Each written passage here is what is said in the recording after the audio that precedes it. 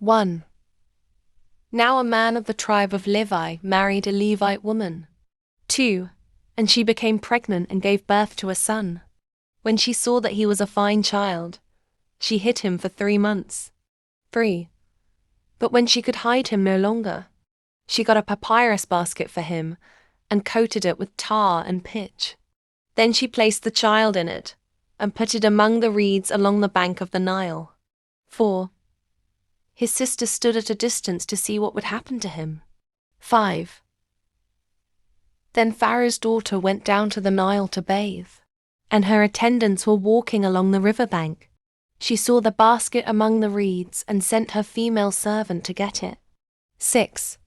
She opened it and saw the baby. He was crying, and she felt sorry for him. "This is one of the Hebrew babies," she said. 7. Then his sister asked Pharaoh's daughter, "Shall I go and get one of the Hebrew women to nurse the baby for you?" 8. "Yes, go," she answered. So the girl went and got the baby's mother. 9. Pharaoh's daughter said to her, "Take this baby and nurse him for me, and I will pay you." So the woman took the baby and nursed him. 10. When the child grew older, she took him to Pharaoh's daughter, and he became her son. She named him Moses, saying, "I drew him out of the water." Moses flees to Midian. 11. One day, after Moses had grown up, he went out to where his own people were, and watched them at their hard labor. He saw an Egyptian beating a Hebrew, one of his own people.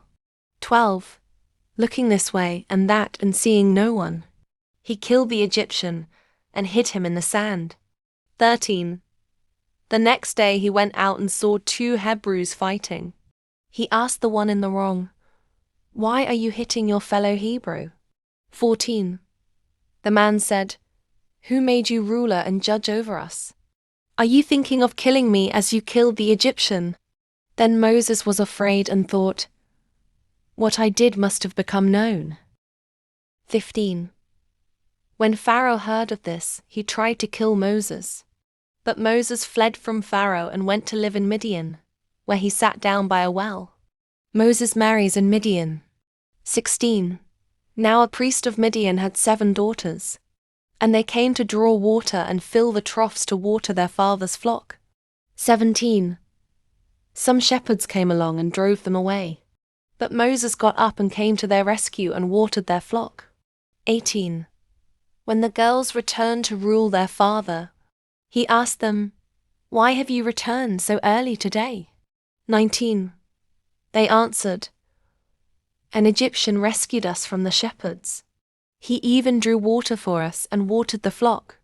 "Where is he?" Reuel asked his daughters. "Why did you leave him? Invite him to have something to eat." 21. Moses agreed to stay with the man, who gave his daughter Zipporah to Moses in marriage. 22. Zipporah gave birth to a son, and Moses named him Gershom, saying, "I have become a foreigner in a foreign land." God hears the Israelites groaning. 23. During that long period, the king of Egypt died. The Israelites groaned in their slavery and cried out, and their cry for help because of their slavery went up to God.